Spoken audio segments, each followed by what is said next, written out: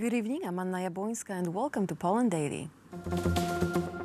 On May 3rd, President Andrzej Duda proposed a constitutional referendum in 2018, the 100th year anniversary of Poland regaining its independence. Today, the president announced the date of the referendum and the 10 questions that will be on the ballot.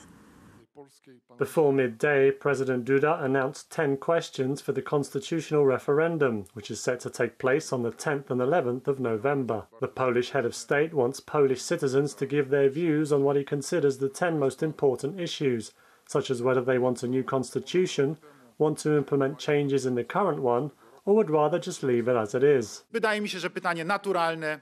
I think this is the most natural and fundamental question. Do you want any changes in the constitution? And if yes, then do you want an entirely new one or just changes in the current one?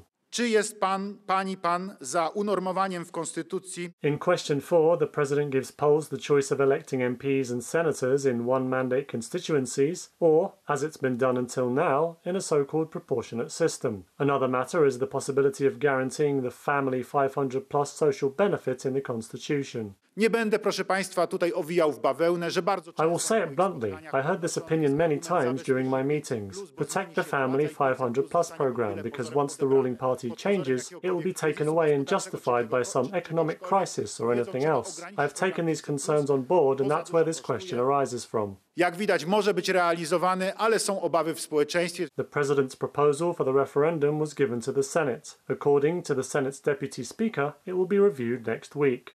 In an unprecedented move, the president of the German Supreme Court, Bettina Limberg, has said that the new Polish law, which sets an age limit for judges on the Polish Supreme Court, is invalid, and the seat of the president in the Polish Supreme Court still belongs to Małgorzata Gersdorf. According to the new bill passed by the Polish parliament, Mrs. Gersdorf was obliged to go into retirement on July 3rd. German media reporting the issue disabled the comment section on their website. The bill was passed by a vast majority. 235 MPs voted for the new law amendment, while 192 were against. The amendment regulates the process of appointing the president of the Supreme Court. The seat has been empty since July 3rd, when Małgorzata Gersdorf retired due to her age. Drugie czytanie zatem przesunięto na dzisiejszy. The Law and Justice Party decided to take out the 60th article of the random allocation of cases to judges. Most of the parliament adopted this law, and next week the Senate will conduct its latest pre-legislative meeting. Nad ustawą pochyli się Senat. The Polish Industrial Development Agency have sealed a deal to buy back the historic Gdańsk shipyard from a Ukrainian owner who purchased it when the previous Polish coalition government was selling off Polish industries at cheap prices. The IDA supports business enterprises in operation and development and plays a major role in increasing the competitiveness of Polish industries.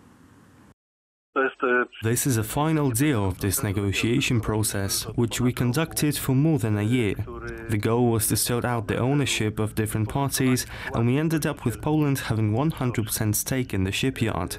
During this process, we also had to ensure we could provide future funding for the operation of the shipyard and make sure that employment stayed on the same level.